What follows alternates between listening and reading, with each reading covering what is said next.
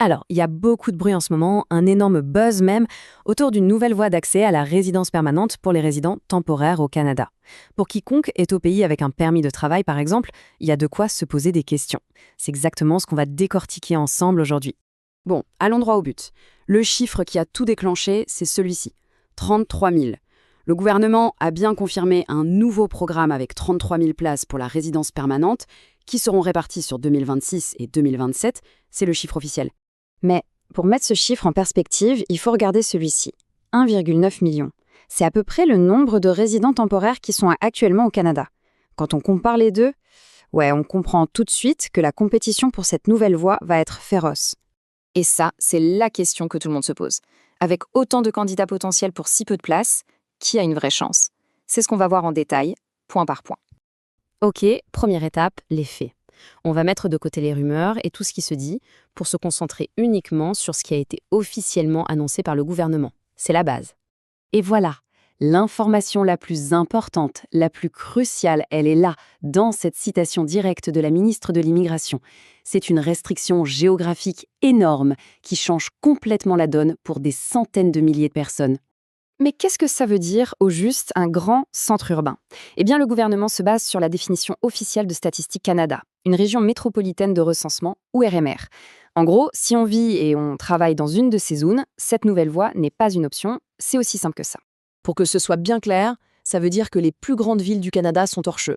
On parle de Toronto, Vancouver, Montréal, et la liste continue.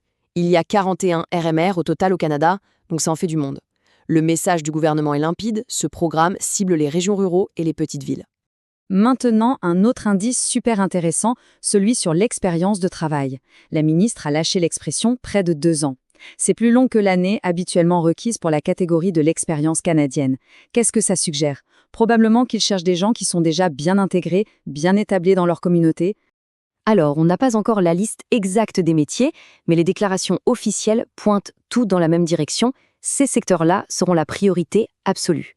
Et c'est logique, ce sont les moteurs de l'économie en dehors des grandes métropoles, et ce sont justement les domaines où il manque cruellement de travailleurs.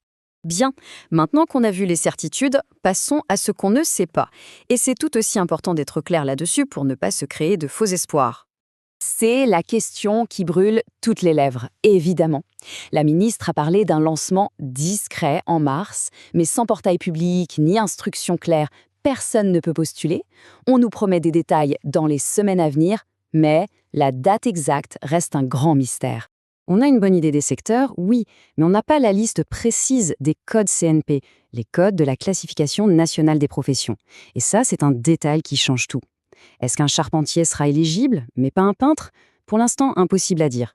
Ceux qui étaient là en 2021 s'en souviennent sûrement. C'était le chaos total. Le portail avait planté, les places sont parties en quelques heures à peine. La grande question, c'est est-ce que le gouvernement a tiré des leçons de cette expérience ou est-ce qu'on se dirige vers une nouvelle course contre la montre? Ok, maintenant, essayons de prendre un peu de hauteur.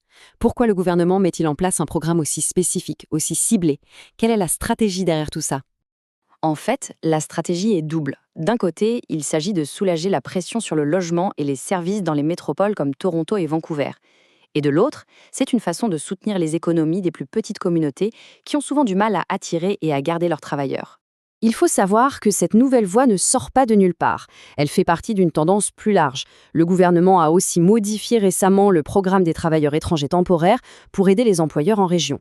Donc tout ça va dans le même sens, renforcer l'immigration régionale. Bon, assez de théorie, passons à la pratique. C'est bien beau tout ça, mais concrètement, qu'est-ce qu'on peut faire là tout de suite? Un point essentiel, cette nouvelle voie est une option. Mais ce n'est pas la seule. Il ne faut surtout pas tout miser dessus. Entrée express et les programmes des candidats des provinces restent des voies d'accès très importantes. Il est crucial de garder toutes ces options ouvertes. Et peu importe le programme visé, les documents de base sont presque toujours les mêmes. La pire chose à faire, ce serait d'attendre l'annonce officielle pour commencer à les rassembler. Obtenir tous ces papiers, ça peut prendre des semaines, parfois même des mois. Il faut s'y prendre d'avance. Donc s'il y a une seule chose à retenir, c'est ça. N'attendez pas. La préparation, c'est la clé du succès. Arriver le jour J avec un dossier complet et impeccable, ça pourrait faire toute la différence entre une invitation et une occasion manquée. C'est le meilleur atout possible. Et on termine avec cette question qui nous ramène au début. Cette nouvelle voie, c'est une opportunité, c'est certain. Mais est-ce que c'est vraiment une solution à grande échelle? Clairement non. Ça ne règle pas la situation pour l'immense majorité des résidents temporaires et ça soulève une question beaucoup plus vaste sur l'avenir de tout le système d'immigration au Canada. Rendez-vous sur notre site pour en savoir plus.